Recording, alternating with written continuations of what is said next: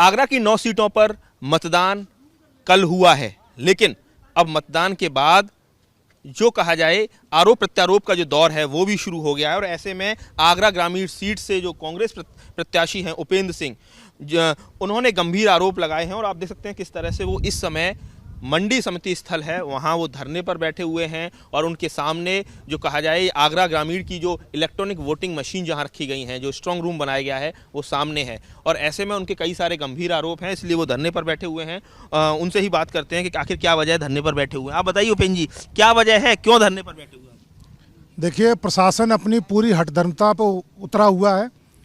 कल जिस प्रकार से ईवीएम्स आई, वीवीपैट मशीनें आईं और रात में जो सीलिंग की प्रक्रिया यहाँ पे करनी थी उनको, वो प्रत्याशी या उनके प्रतिनिधियों की मौजूदगी में करनी थी, लेकिन एक भी प्रत्याशी और एक भी उनका प्रतिनिधि इस प्रक्रिया में मौजूद नहीं रहा है। ये पहली बार हुआ या इससे पहले भी ऐसा होता है? पहले कभी ऐसा नहीं हुआ। इससे पहले मैंने बहुत सारे चुनाव देखे हैं, खुद भी लड़ा हूँ और कराए हैं, आज तक ऐसा नहीं हुआ। पहली बार ये देखने को मिला कि कभी किसी को सूचना नहीं दी। उससे पहले जो यहाँ पे आरओ हैं उनके कार्यालय से छोटी छोटी बात के लिए फ़ोन आता था जी। हाँ। तो उनके कार्यालय से बार बार फ़ोन आता था, लेकिन कल मेरे प्रतिनिधि यहाँ मौजूद रहे रात के 11:30 बजे तक। उन्होंने कहा कि मैडम कितनी देर में हो जाएगा, तो उन्होंने कहा हम बता देंगे, आपको सूचना दे देंगे। और यहाँ से 1.25 किलोमीटर दूर पार्किंग बना रखी है, उस पार्किंग में हमारे रात में प्रतिनिधि 3:30 बजे तक मौजूद रहे। 3:30 बजे जब वो यहाँ आकर के पता करते हैं तो पता चलाता है कि ये सारी जो है इसमें सील हो गई हैं। आप देख लीजिए कि जो सील हुई है किसी भी प्रत्याशी या प्रतिनिधि के सिग्नेचर नहीं है। और कैमरे जब सीलिंग होती है, ईवीएम मतपेटिकाएं सील होती हैं तो साइन लिए जाते हैं आप लोगों के? जी, साइन लिए जाते हैं। किसी में भी अगर दिखा दें प्रशासन के अधिकारी कि कहीं पे भी कोई सिग्नेचर है तो फिर बड़ा गंभीर आरोप लगा रहे हैं कि जब इलेक्ट्रॉनिक वोटिंग मशीन जिन रूम्स में रखी गई है, जिसे स्ट्रांग रूम कहा जाता है सरकारी भाषा में, और आप देख सकते हैं ये आरओ रूम लिखा हुआ है आगरा ग्रामीण, और ऐसे समझा जा सकता है कि बूथ संख्या भी मेंशन है कि 1 से 63 तक। तो जिन जिन रूम्स में ईवीएम रखी गई हैं तो वहाँ उनकी सीलिंग होती है, शटर लगा के जो लॉक सील किए जाते हैं, तो वहाँ प्रॉपर एक पूरी कागजी कार्रवाई होती है। और ये सारी चीज़ें जो प्रक्रिया होती है वो प्रत्याशी या उनके जो निर्धारित जो अधिकृत जो लोग होते हैं उनके सामने होती है। बिल्कुल सामने होती है। और इसके अलावा आप देख लीजिए कैमरे जो लगे हुए हैं, अभी तक इनकी लीड्स निकली हुई हैं।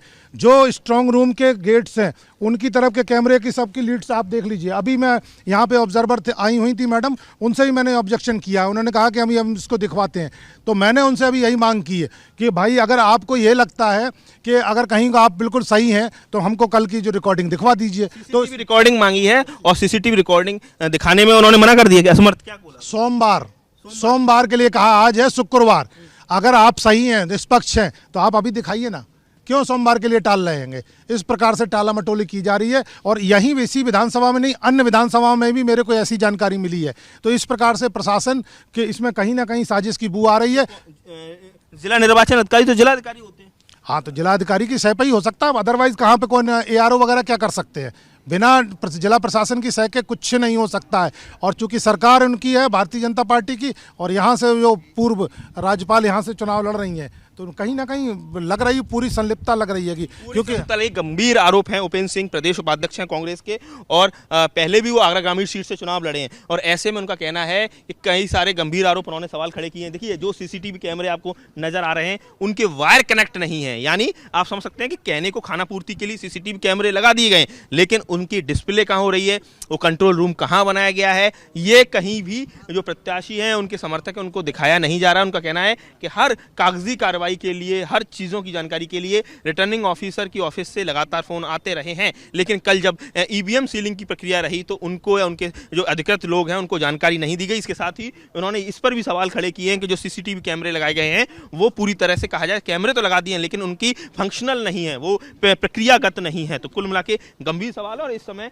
जो उपेंद्र सिंह हैं वो लगातार यहाँ धरने पर बैठे हुए हैं और उन्होंने ये सीधे सीधे आरोप जिला प्रशासन पर लगाए हैं, जिलाधिकारी प्रभु एन सिंह पर लगाए हैं कि वो सत्ता के दबाव में है और इसलिए अनैतिक तौर पर जो बीजेपी की जो यहाँ प्रत्याशी हैं, जो राज्यपाल रही हैं उत्तराखंड की बेबी रानी मौर्य, उनको जिताने के लिए वो सारे हथकंडे अपना रहे हैं। आगरा से नितिन उपाध्याय, ABP गंगा।